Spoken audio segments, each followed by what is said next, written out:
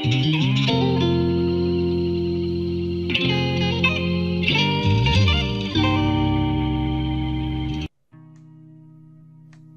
fonction rang va nous permettre de positionner un résultat par rapport à un ensemble de valeurs. L'exemple classique est par exemple, j'ai des résultats sur un ensemble de personnes et je veux classer ces personnes en fonction du résultat obtenu par chacune d'elles. Ça peut être une course, ça peut être un examen, ça peut être un test, tout est possible. Regardons notre tableau. J'ai ici un certain nombre de participants, ils sont classés par ordre alphabétique de leur nom. Ils ont obtenu à un test un certain nombre de résultats. J'aimerais donc classer ces personnes en fonction du résultat obtenu. Donc par exemple, la note la plus haute serait un positionnement en 1, la note suivante en 2, et ainsi de suite jusqu'à la dernière. Je me positionne en cellule C9. Et j'écris la formule égale rang, parenthèse ouvrante. Je vais désigner le résultat que je veux classer. Donc ici, le résultat qui est à côté, en B9. Ensuite, je vais désigner, en deuxième argument, l'ensemble des valeurs. Donc je sélectionne de B9 à B17. Mais attention, toujours pareil, je vais ensuite recopier ma formule vers les cellules inférieures. Donc, je veux bien prendre le résultat qui est à côté, mais dans l'ensemble des valeurs qui, elle, est fixée et ne bouge pas. Donc ici, il faut les dollars.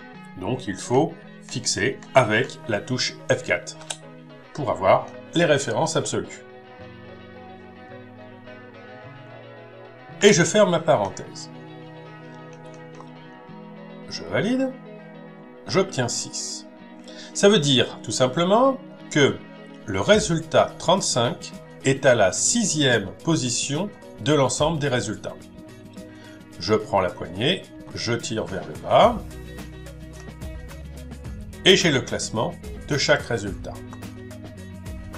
Pour que ce soit bien visible, qu'est-ce que je vais faire? Je vais simplement cliquer dans une cellule de la colonne C, donc des classements, et je vais trier du plus petit au plus grand. Donc j'ai en 1 le résultat 88 qui est le plus fort, en 2 le résultat 77 qui est juste après, et ainsi de suite jusqu'au dernier résultat qui est le 9e, qui est la valeur 15.